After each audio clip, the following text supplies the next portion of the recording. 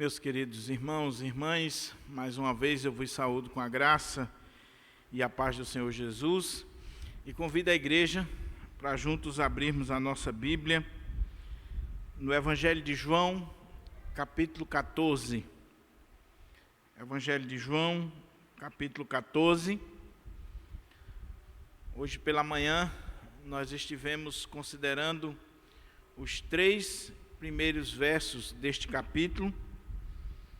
E agora à noite, com a graça do Senhor, nós estaremos meditando em mais alguns versículos, do verso 4 até o verso 6.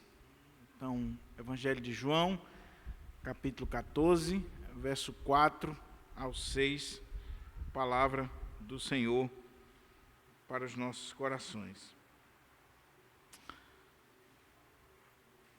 Amém? Diz assim a palavra de Deus. Nós voltamos a utilizar a versão padrão da nossa igreja, a ARA, Almeida Revista e Atualizada.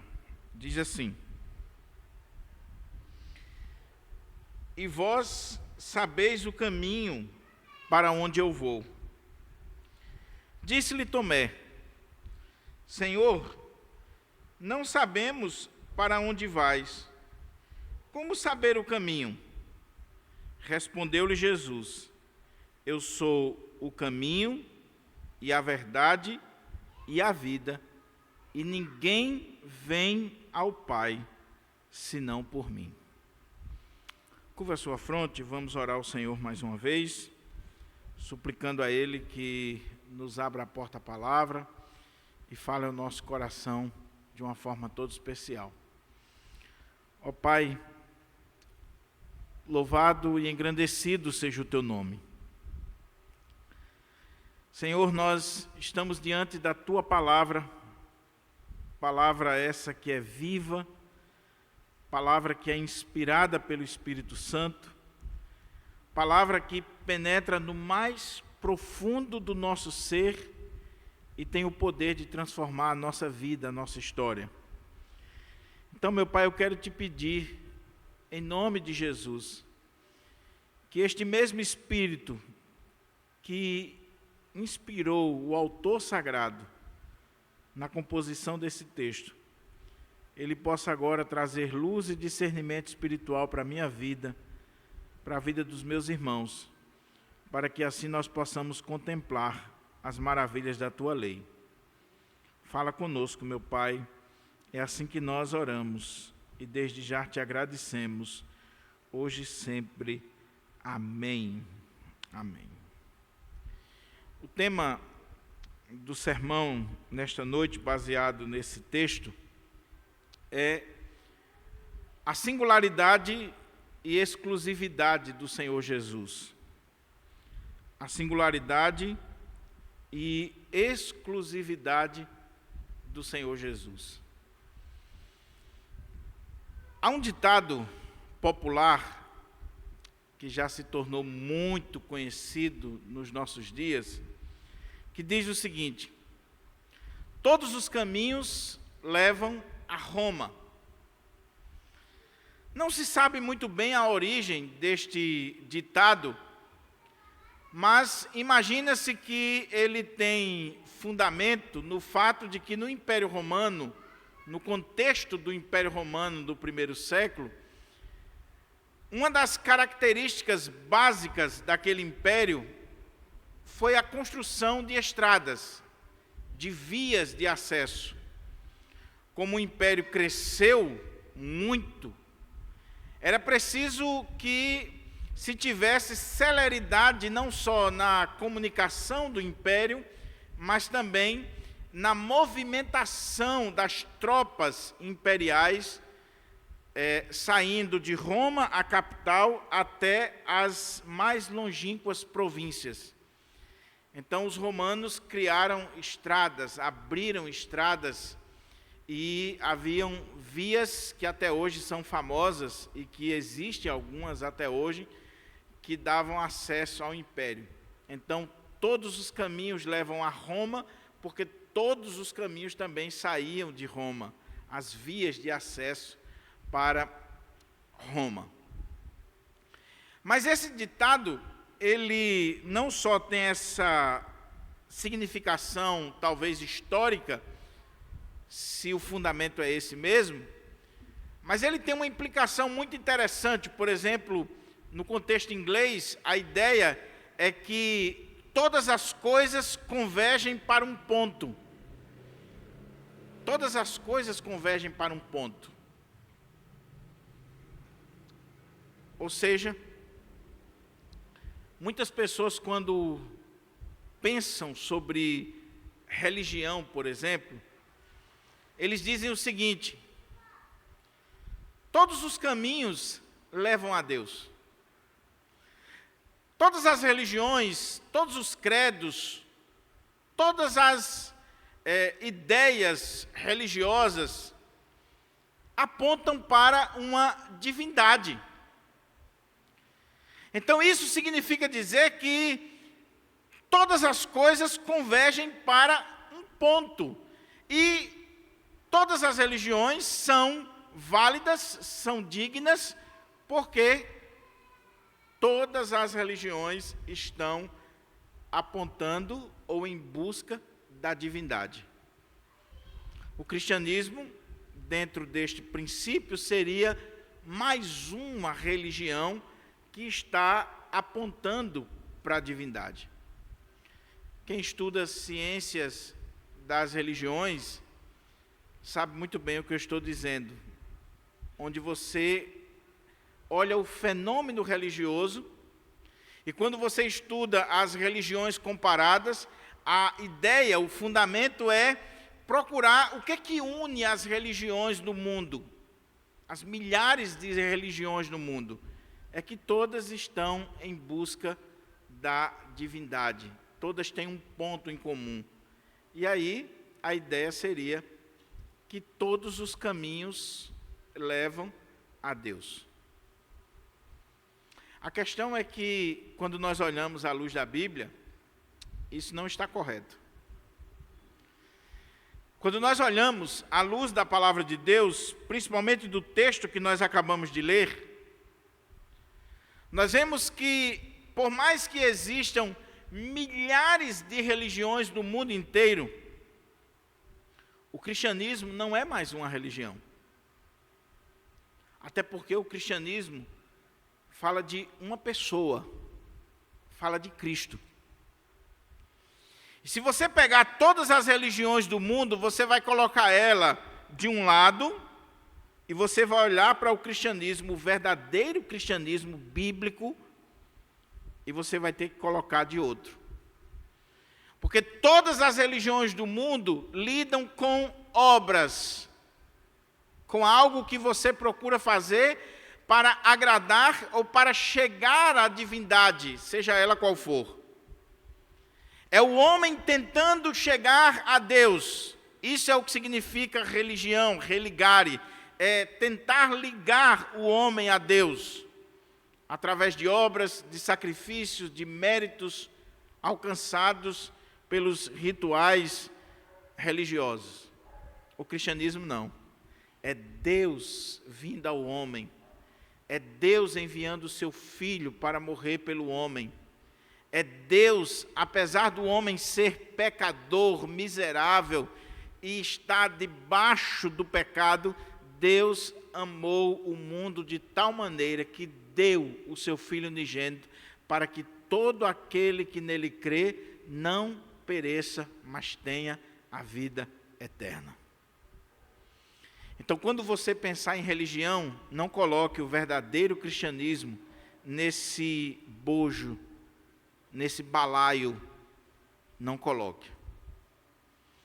Mas o ponto que eu quero destacar aqui, à luz desse texto, é que se tem uma coisa que caracteriza o verdadeiro cristianismo, além dessa questão de que o cristianismo não pode ser colocado no mesmo nível das religiões, é que o verdadeiro cristianismo ensina para nós que há uma singularidade, há uma exclusividade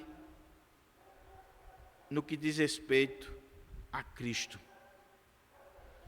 Ninguém vem ao Pai senão por mim. Ninguém é salvo, ninguém irá à casa do Pai, ninguém alcançará as venturas eternas, senão por Jesus Cristo. E o livro de Atos é muito claro quando diz assim: não há salvação em nenhum outro, porque também debaixo do céu nenhum outro nome há dado entre os homens pelo qual importa que sejamos salvos, senão Jesus Cristo. Há uma singularidade, uma exclusividade na pessoa de Cristo, no verdadeiro cristianismo, que nós não podemos abrir mão. Quando nós estudamos o Império Romano, e nós estamos estudando a história da igreja aqui às quartas-feiras, nós vimos que o Império Romano perseguiu os cristãos por causa disso aqui. O Império Romano era tolerante com qualquer religião. Você podia servir a qualquer deus que você quisesse. As religiões de mistério, as religiões pagãs, as religiões egípcias, as religiões mesopotâmicas, não interessa. Você podia seguir a religião que você quisesse, desde que você também oferecesse incenso ao imperador, aos deuses romanos, e que você fosse leal ao imperador a ponto de considerá-lo também um ser divino, digno de ser adorado. Chamá-lo Senhor, Kyrios.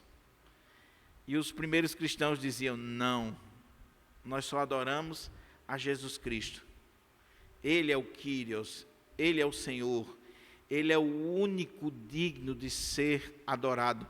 Nós só nos prostramos diante dEle e mais ninguém. Nós somos cidadãos, cumprimos com os nossos deveres, pagamos nossos impostos, vivemos a nossa vida da forma mais digna e correta que um cidadão romano pode ser, mas Kyrios só Jesus e adoração só ao Senhor Jesus. Por isso, eles foram mortos, perseguidos, jogados nas arenas, colocados em postes. Por isso, eles não tiveram paz.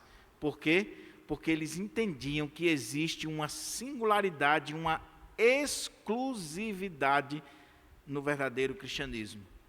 Cristo, Cristo e Cristo. E, meus irmãos, isso aqui é muito importante para nós hoje. Porque nós vivemos numa época de relativismo. Relativismo ético, relativismo moral, relativismo religioso, onde as pessoas estão dizendo: não importa, não existe verdade absoluta, todas as religiões são iguais, todos os caminhos levam a Deus, não interessa, nós estamos caminhando para a mesma divindade. Não, nós servimos ao nosso amado Senhor e Salvador, Jesus Cristo. Olha o contexto dessa passagem. O Senhor Jesus estava aqui na quinta-feira da Páscoa, era uma noite de Páscoa. Ele estava jantando com os seus discípulos, o jantar de Páscoa, e ele transmitiu para aqueles discípulos, para aqueles apóstolos, algumas mensagens que não foram acolhidas de forma festiva. Ele disse para eles que um deles iria traí-lo. Ele, com um ato de lavar os pés dos apóstolos e enxugar ali os pés, ele está dando uma lição de humildade diante daqueles homens que estavam querendo ser um maior do que o outro, já estavam pensando em grandeza no reino de Deus. Ele diz que está angustiado porque vai enfrentar um momento difícil na sua vida. Judas iria traí-lo, ele vai para a cruz, ele vai morrer, ele vai enfrentar todo o suplício por mim e você. Diz o capítulo 13, versículo 21, que Jesus está angustiado. Mas na sequência, após ele falar todos aqueles assuntos, ele diagnosticou que os discípulos estavam também angustiados, aflitos, depressivos, com os corações turbados, com os corações inquietos, irrequietos. E aí Jesus se dirige a eles dando uma ordem: não se turbe o vosso coração, credes em Deus, credes também em mim. Creiam em Deus. Parem de se afligir. Parem de angustiar-se. Parem de focar nessa aflição do coração de vocês, nessa angústia do coração de vocês. Creio em Deus, creio também em mim. Aí ele diz: na casa de meu pai há muitas moradas. Se assim não fora, eu tinha dito para vocês. Ou seja, foquem na casa do pai. Tire os olhos dessa dimensão aqui, que está afligindo vocês, que está angustiando vocês, que está tirando a paz de vocês, e foque na casa do pai. Porque se não existisse algo maior e melhor para vocês, eu diria para vocês. Aí ele diz: por quê? Olha para o texto aqui, para você ver que coisa interessante, que nos dá o contexto do texto que nós acabamos de ler. Na casa de meu pai há muitas moradas, se assim não for, eu vos teria dito, pois vou preparar-vos lugar. E quando eu for e vos preparar lugar, voltarei e vos receberei para mim mesmo, para que onde eu estou, estejais vós também. Ele está trazendo ânimo, consolo, conforto, direção para os apóstolos. Ele está dando os remédios necessários para curá-los daquela angústia, daquela ansiedade, daquela aflição que estava no coração deles. E ele diz: eu estou indo preparar um lugar para vocês.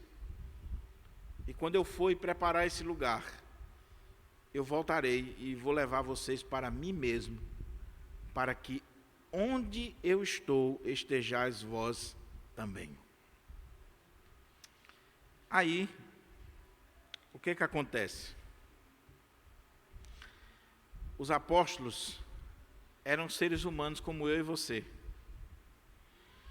Eles tinham dúvidas, eles tinham inquietações, e eles estavam com o coração turbado, angustiado. E Jesus está ministrando a palavra para eles. Jesus está ministrando o evangelho para o coração deles. Está dando remédio espiritual para eles. Mas como qualquer um de nós, eles, através de Tomé, o representante, eles vão dar um rumo à história que mostra a nossa humanidade, mas também mostra a beleza do Senhor Jesus. Por quê? Porque quando Jesus termina de dizer: olha, eu vou, mas eu voltarei e vos levarei para mim mesmo, para que onde eu estiver vocês estejam também. Ele está falando da sua vinda, ele está falando desse momento que será extremamente importante na vida dos discípulos, porque ele vai para a cruz, ele vai morrer, vai ressuscitar, ele vai para o céu, mas um dia ele voltará para buscar a sua igreja. Ele é esse primeiro fruto, essa primícia que está adentrando as mansões celestiais, mas há espaço para todos nós, e ele está inaugurando essas mansões celestiais. Aí ele diz: e vós sabeis o caminho para onde eu vou. Vocês sabem para onde eu vou. Vocês sabem o caminho para onde eu vou. Vocês já têm conhecimento disso aqui que eu estou falando. Olha que declaração extraordinária do Senhor Jesus. Jesus está dizendo assim: eu não estou falando nada de novidade para vocês. O que eu estou falando para vocês é algo que vocês já conhecem. Vocês sabem o caminho para onde eu vou.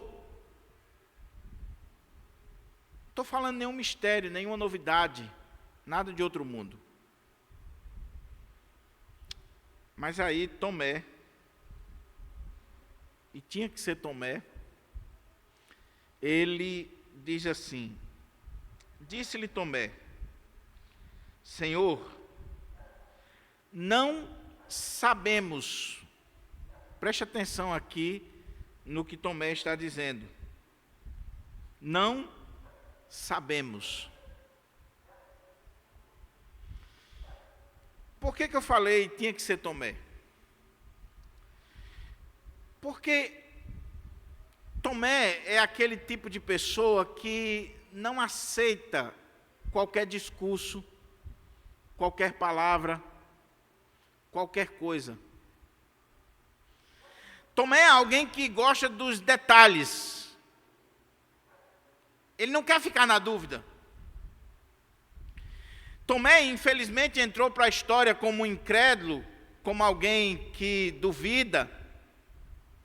Mas Tomé tem as suas virtudes, tem as suas qualidades. Ele claudicou em algum momento na sua vida, sim. Mas a característica, a personalidade de Tomé é algo bom. Em que sentido? Ele não engole qualquer coisa. Ele quer entender. Ele quer saber. Ele quer tirar a dúvida. Mas eu queria chamar a sua atenção aqui, porque o texto está dizendo, nós sabemos, e eu concordo com o Dr. William Hendricks, quando ele diz que aqui o texto está mostrando que Tomé está falando, provavelmente em nome do grupo apostólico. Ou seja, todo mundo ficou na dúvida.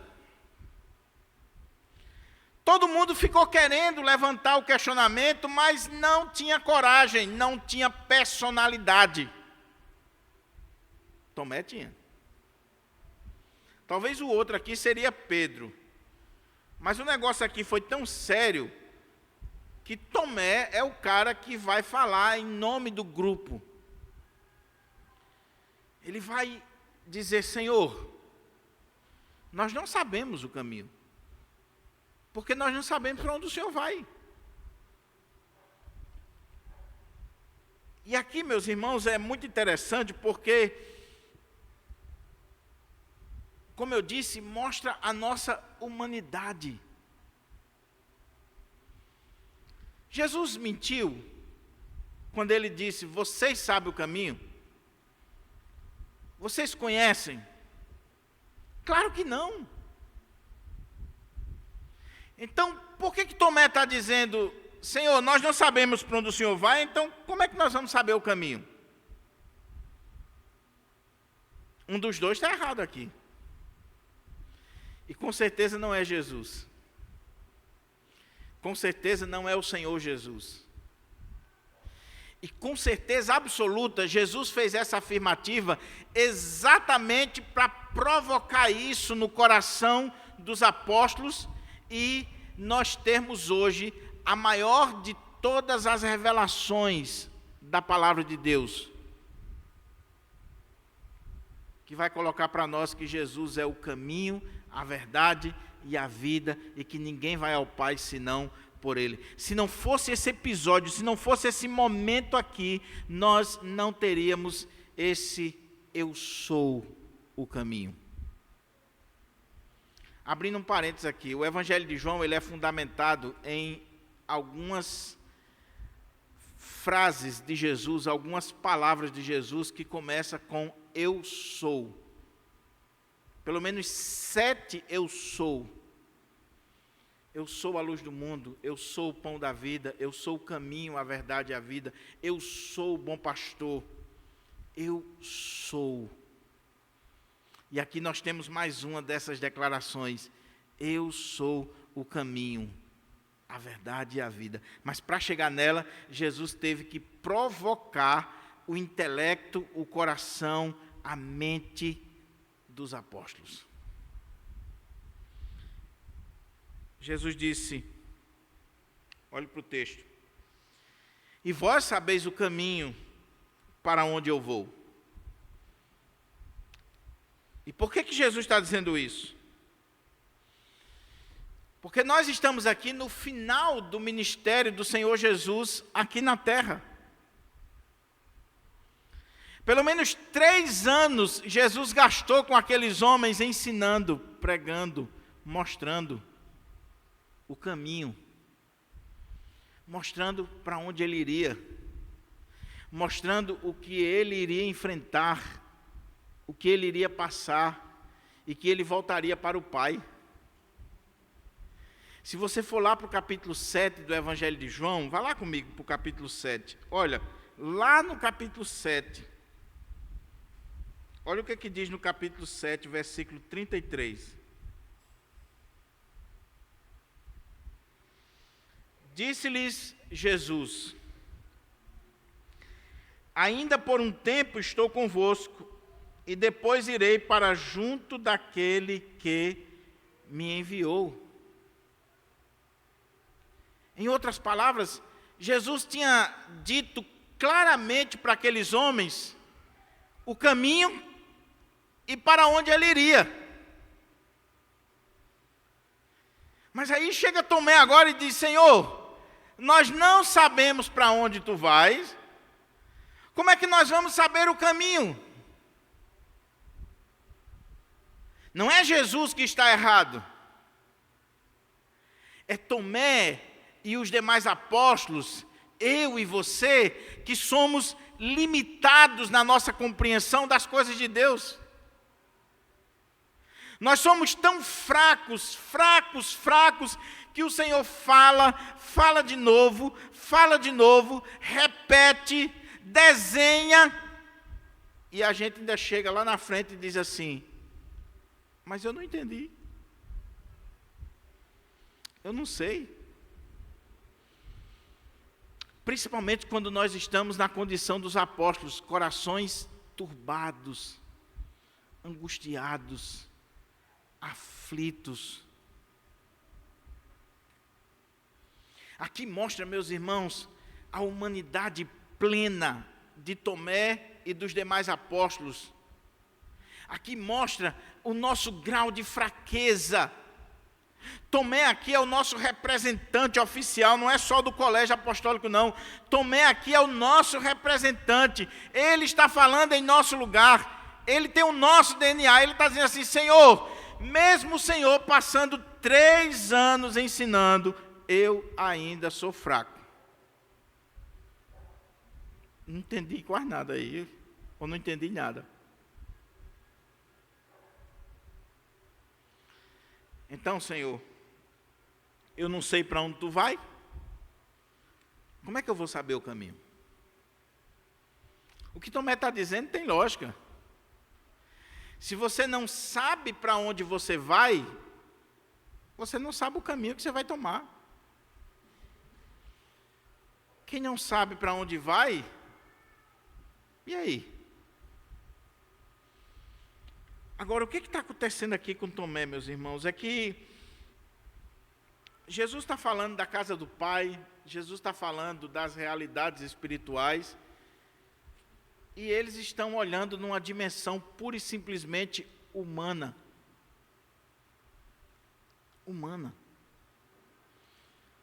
Talvez o que Tomé está dizendo aqui é, Senhor, o Senhor está querendo sair, o Senhor vai para algum canto? Se eu não sei para onde é que o Senhor vai agora, nessa hora da noite, como é que eu vou saber o caminho? Para onde é que o Senhor quer ir uma hora dessa? Ele achava que Jesus estava falando de sair para dar um passeio. E é o que vai acontecer depois, porque Jesus vai sair dali e vai para o jardim do Getsêmani.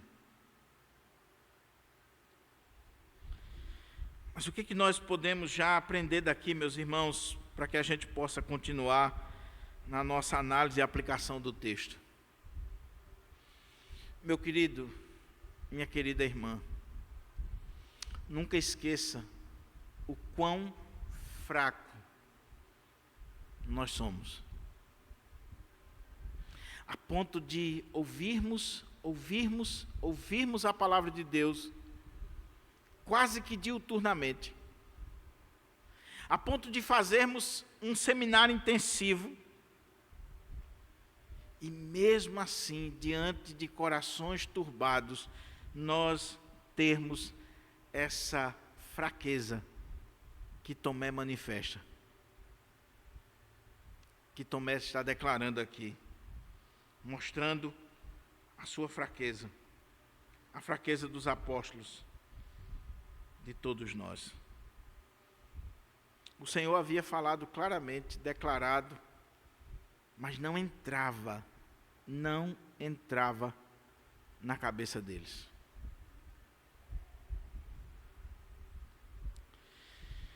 Todo pastor, ele precisa ter essa consciência. Não é de um dia para a noite que as coisas acontecem na igreja. Você nunca deve pensar que você vai, num sermão, resolver os problemas da igreja. Você vai pregar, ensinar, levar a palavra, as pessoas vão ouvir, mas leva tempo. E tempo. E há a necessidade da ação e da aplicação do Espírito Santo, de Deus abrir a mente, abrir o entendimento. Porque de nós mesmos nós não conseguimos. Esses homens precisavam de iluminação, de uma revelação de Deus. Porque, humanamente falando, eles eram e nós somos limitados. Ô meu amado irmão, minha amada irmã, cá entre nós, você já parou para ver o quanto as pessoas escutam a palavra de Deus, domingo após domingo, semana após semana, e muitas delas a vida não muda? Elas não conhecem mais de Deus, elas não têm uma vida que está sendo transformada a cada dia, ela não está crescendo na fé, nas boas obras, ela não está conseguindo ter uma mudança na vida dela, porque o que está acontecendo com ela é o que aconteceu com Tomé e os apóstolos. Nós ainda não sabemos, e o problema não estava no pregador, o problema não estava na mensagem, o problema estava neles, no coração deles. Eu estava ouvindo um pastor pregando nesse texto, e ele disse assim, que uma das coisas que mais o impressionava era olhar para a sua igreja, para o seu rebanho, e ver que a grande maioria não vivia quase nada do que era pregado. Talvez nada decepcione mais a vida de um pregador, de um profeta, é ver isso. E o pior é quando ele se olha no espelho e ele vê que boa parte do que ele pregou, ele precisa colocar em prática. Mas como eu disse, isso revela a nossa humanidade, a nossa fraqueza. Isso revela que nós somos seres que precisamos da graça, da misericórdia de Deus continuamente, eu e você. Porque sem a graça de Deus, sem a misericórdia de Deus, sem a revelação, o Espírito Santo de Deus, nós não passamos de Tomé, e Tomé no seu pior estado. Porque esse Tomé aqui, depois de convertido mesmo e cheio do Espírito Santo, ele vai fazer a obra do Senhor, e os estudiosos dizem que Tomé talvez seja o homem que foi pregar o Evangelho lá na Índia. Um homem de Deus, um pregador do Evangelho, mas que era um ser humano como eu e você. Agora, por que Deus permite isso? Por que Deus tem tanta paciência conosco?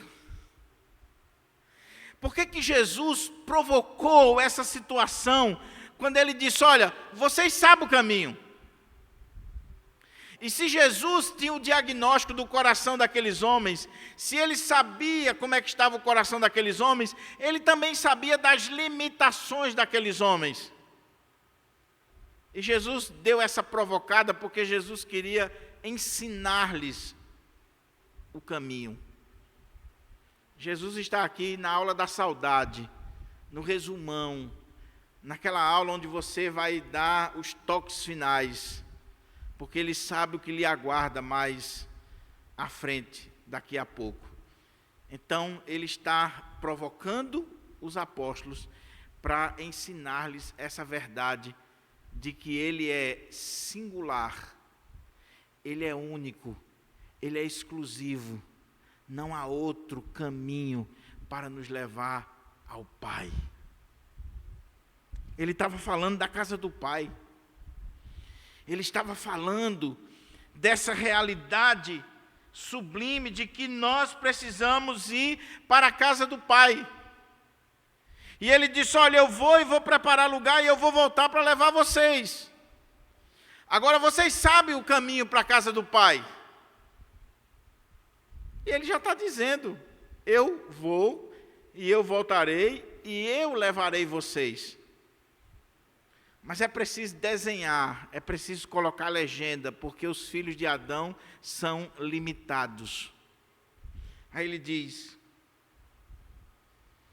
e quando eu for e vos preparar lugar, voltarei e vos levarei e vos receberei para mim mesmo, para que onde eu estou, estejais vós também. E vós sabeis o caminho para onde eu vou. Disse-lhe Tomé: Senhor, não sabemos para onde vai, como saber o caminho?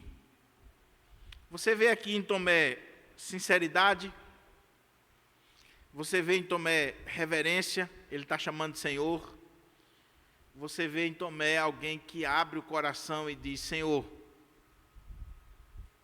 apesar de todos esses anos, apesar de tudo que o Senhor falou, eu ainda não sei.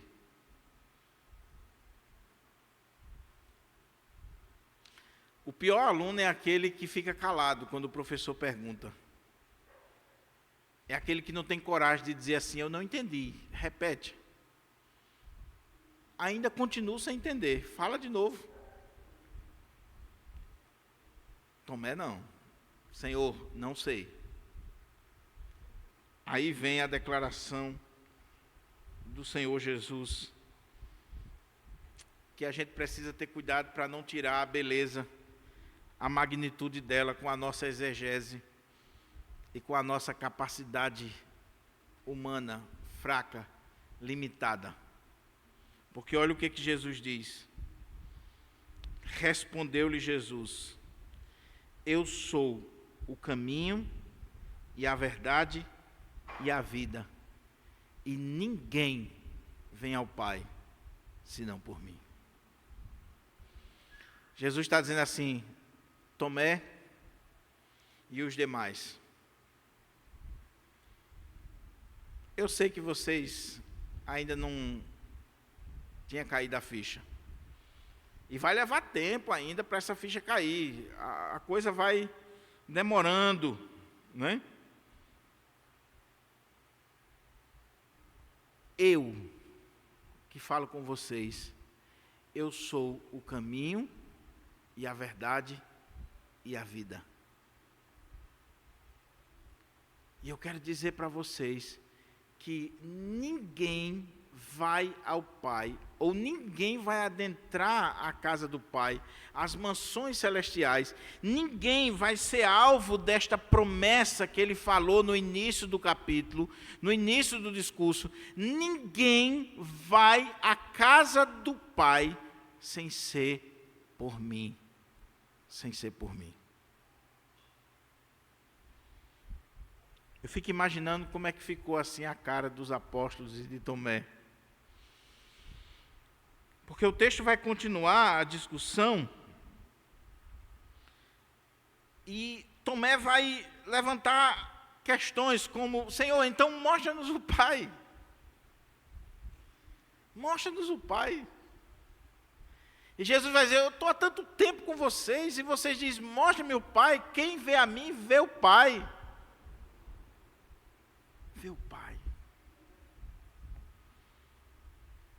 Deixa eu abrir um parênteses aqui, meus irmãos, para tentar deixar mais claro esse ponto. Ontem, Diego foi comprar um presente para Lídia e Apolo, uma bonequinha e um carrinho.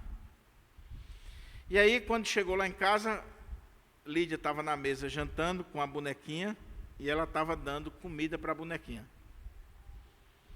Estava o prato de comida dela, ela pegou o prato da bonequinha, botou uma comida dentro do prato e estava colocando na boca da boneca. Diego percebeu aquilo e filmou. E fez um texto, colocou no Instagram, que me emocionou muito. Dizendo assim, que ficava feliz quando via os seus filhos brincando. Que aí também filmou Apolo brincando com a bolinha, o carro. E aquela cena de Lídia brincando com a boneca. Aquela coisa infantil, ingênua. A mentalidade de uma criança. E aí Diego colocou assim, eu imagino Deus olhando para Adão, olhando para os seus filhos, como é que Deus se alegra e como é que Deus se diverte. E é exatamente isso, irmãos. Porque veja aqui a paciência, o amor. Veja aqui a candura, a amabilidade do Senhor Jesus para com Tomé. Porque se fosse eu aqui, meu irmão, eu ia dizer, vai ser burro assim, do outro lado, rapaz. Já desenhei, já pintei, já coloquei legenda, você é burro. Eu tinha um professor no seminário que ele dizia assim, preste atenção, só vou explicar uma vez. Porque se você for inteligente, você pega. Se você é burro, eu explico 10 e você não vai aprender. Então é só uma vez. Todo mundo preparado? Era bruto, esse era bruto.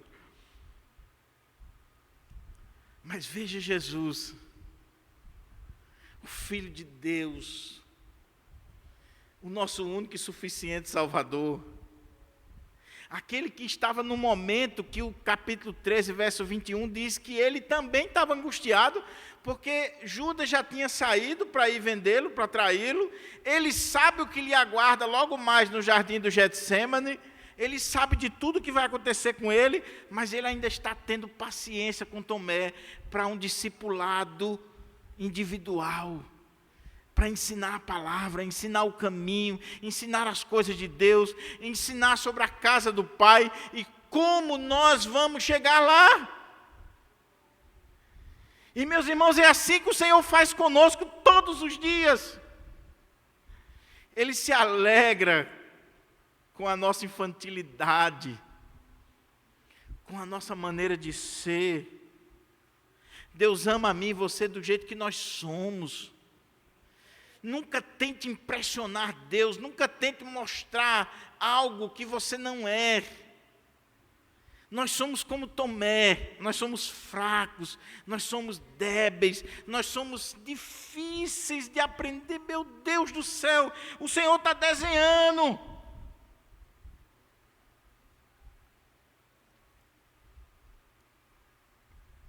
Mas Ele está dizendo assim, respondeu-lhe Jesus, eu sou o caminho e a verdade e a vida. Ninguém vem ao Pai senão por mim. Ninguém. Preste atenção aqui, um ponto fundamental, meus irmãos, nesse texto. Jesus não está dizendo que é um caminho, uma verdade e uma vida. Jesus está dizendo que é o caminho. Ele é a verdade. Ele é a vida. Diante de milhares e milhares de crenças ou de religiões, o Senhor está dizendo, eu sou o. Artigo definido. O caminho. E como eu disse, nós precisamos ter cuidado para com a nossa exegese humana, nós não estragarmos o texto. Porque o que o texto está dizendo para nós é algo tão rico que se a gente não tiver cuidado, a gente pode estragar com a pregação. Quando Jesus diz assim, eu sou o caminho, a verdade e a vida,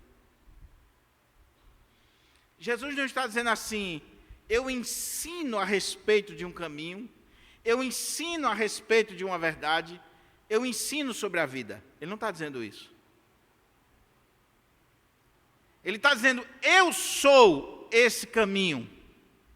Eu sou o caminho. E quando a gente olha para o Antigo Testamento, eu não tenho tempo aqui para expor, mas você olha para o Antigo Testamento, você vai ver que caminho, verdade e vida eram coisas extremamente importantes no contexto veterotestamentário. Tinha a ver com a lei de Deus, com a palavra de Deus, com a ação de Deus na vida do seu povo. O povo não poderia se desviar do caminho do Senhor, que era sinônimo da lei do Senhor, da verdade e da vida que o Senhor dá. Mas eu acho que uma história, uma ilustração serve para nos explicar muito bem o que o Senhor está dizendo aqui. Certa feita eu li a história de um pastor que foi missionário na floresta amazônica entre os índios. E ele ia para aquela tribo a cada 15 dias. Ele ia até um determinado ponto, ali ele parava, ficava esperando o índio vinha e levava o pastor floresta adentro até a tribo lá. E uma coisa interessante é que aquele pastor conta que um dia o índio disse para ele assim, olha pastor, aonde eu pisar, o senhor pisa. Para onde eu for, o senhor vai. Ok? Ok. Aí o pastor disse assim, mas qual é o caminho? E a resposta do índio foi, pastor, na floresta não tem caminho, eu sou o caminho. Então, aonde eu pisar, o senhor pisa. Para o lado que eu me virar, o senhor vira. Porque na floresta não tem caminho, eu sou o caminho. Eu é que vou abrindo a floresta para o senhor. É o que Jesus está dizendo aqui. O que Jesus está dizendo aqui é, não existe caminhos para chegar a Deus, Ele é o caminho. Não existe outros caminhos, outros meios, outras formas, outras religiões. É Ele. Não existe nenhum tipo de verdade que nos aproxime de Deus. Ele é a verdade. E não existe outra vida, a não ser essa vida, que é o Senhor Jesus. E eu penso, meus irmãos, que nós precisamos refletir muito sobre isso aqui. Antes de vir para o culto, eu estava conversando com um amigo de infância, que conseguiu o meu WhatsApp com um colega em comum, e ele mandou uma mensagem para mim. Talvez esteja até assistindo agora. E conversando, daqui a pouco eu perguntei para ele, como é que você está na sua fé? Você tem ido à igreja? Você tem buscado o Senhor? Porque nós que somos crentes, nós não podemos perder tempo. Perder tempo. E ele disse assim, rapaz, eu não tenho mais nenhum envolvimento com religião, não quero saber de religião, eu procuro eu mesmo ter um encontro com Deus e tal. E foi explicando a visão dele religiosa. E eu mandei para ele a mensagem dizendo assim, olha, realmente, eu não estou falando para você de religião, porque qualquer religião é inútil.